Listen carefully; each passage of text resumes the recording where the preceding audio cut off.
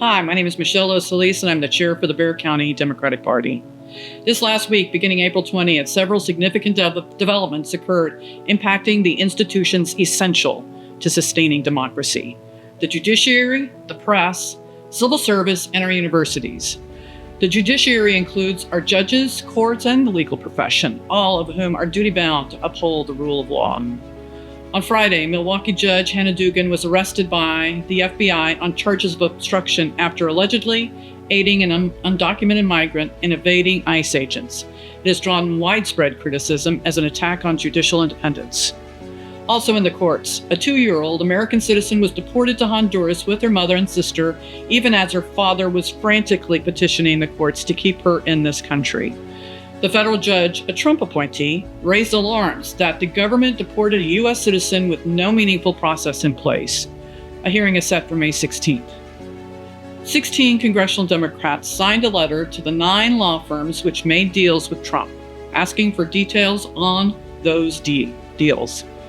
These representatives, which include Lloyd Doggett and Sylvia Garcia, are trying to determine if these deals constitute a bribe of a government official. On our civil service, at least 121,000 federal workers have been fired or laid off in these 3 months since Trump's second term began. That number doesn't include those placed on administrative leave or who took buyouts. So the brain drain is actually much larger. By far, the agency with the most cuts is the VA, with over 70,000 workers fired. A recent CNN poll shows that more than half of U.S. adults expect these cuts to hurt their families and the economy. But these cuts impact more than federal workers. This week, we found out that San Antonio businesses lost $375 million in contracts.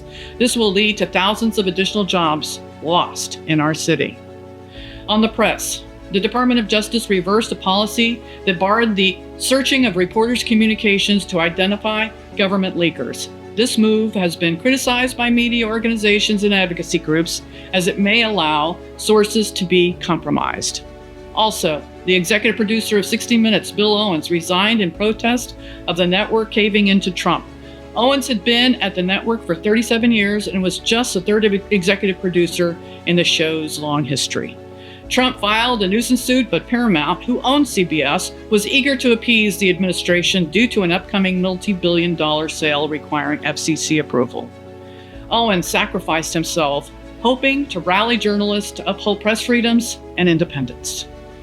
Last week, the university struck back.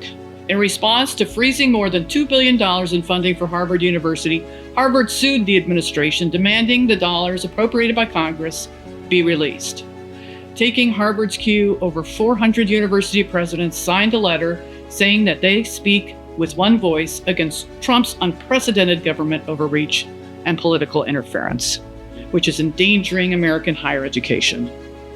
If you're still standing on the sidelines, I need you to jump in and make your voice heard. Don't forget to vote for our Democratic candidates in the municipal election on Saturday, May 3rd. Until next week. Michelle Solis signing off.